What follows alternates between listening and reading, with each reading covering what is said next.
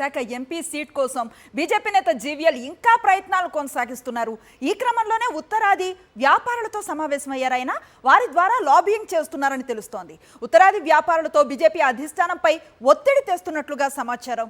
జీవీఎల్ కు మద్దతుగా జన జాగరణ సమితి నిరసన కార్యక్రమాలను చేపట్టింది. కొంతమంది పార్టీ నేతలు ఢిల్లీకి వెళ్లి బీజేపీ జాతీయ అధ్యక్షుడు జేపీ నడ్డాను కలిశారు. మరోవైపు విశాఖ టీడీపీ ఎంపీ అభ్యర్థి భరత్ ప్రచారానికి జీవీఎల్ దూరంగా ఉంటున్నారు. చంద్రబాబు పురంధేశ్వరి తీరుపైన ఆయన గుర్రుగా ఉన్నారు. ఇందుకు సంబంధించిన పూర్తి సమాచారాన్ని మా కరెస్పాండెంట్ నాయుడు అందిస్తారు. నాయుడు, చూస్తూ ఉన్నాం, మొన్నటి వరకు ఆశలు వదిలేసుకున్నట్లుగా కనిపించారు జీవీఎల్, కానీ ఆయన ప్రయత్నాన్ని ఎక్కడ ఆపినట్లుగా కనిపించట్లేదు.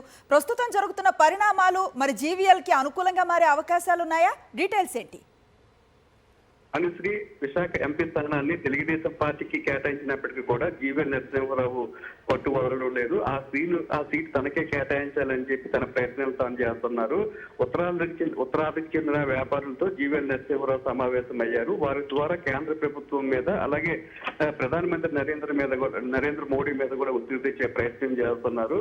2 రోజుల క్రితం ఆయన ఉత్తరాదికి చెందిన కొంతమంది వ్యాపారులతో సమావేశమయ్యి వారందరినీ కూడా ఢిల్లీ పంపించి విశాఖ ఎంపీ స్థానాన్ని తనకే కేటాయించేలాగా జీవీఎల్ నరసింహారావు పావులు కలుస్తున్నారు. ఇప్పటికే అనేక రూపాల్లో జీవీఎల్ నరసింహారావుకు ఎంపీ స్థానాన్ని కేటాయించాలని చెప్పి అనేక ఉద్యమాలు కూడా జరుగుతున్నాయి. అనేక ప్రజా సంఘాలు కూడా జీవీఎల్ నరసింహారావుకు మద్దతుగా అనేక నిరసన కార్యక్రమాలు కూడా తెలుపుతున్న పరిస్థితి అయితే కనిపిస్తుంది. కొంతమంది బీజేపీ నేతలు ఇటీవల కాలం ఢిల్లీ వెళ్లి బీజేపీ జాతీయ అధ్యక్షుడు నడ్డాను కూడా కలిసి విశాఖ ఎంపీ స్థానాన్ని జీవీఎల్ కి కేటాయించాలని, విశాఖ అభివృద్ధికి జీవీఎల్ నరసింహారావు మొదటి నుంచి కూడా పాటుపడుతున్నారని, కాబట్టి ఆయనకి ఆ సీట్ ఇవ్వాలని వారంతా కోరుతున్నారు. కేవలం విశాఖ ఎంపీ స్థానాన్ని పురంధేశ్వరి తన బంధువైన భరత్ కు కేటాయించేలా పావులు కదిపారని చంద్రబాబు నాయుడుతో కుమ్మక్కయ్యి ఆ సీటును బీజేపీకి రాకుండా పురంధేశ్వరి చర్యలు తీసుకున్నారని వారంతా కూడా విమర్శిస్తున్నారు.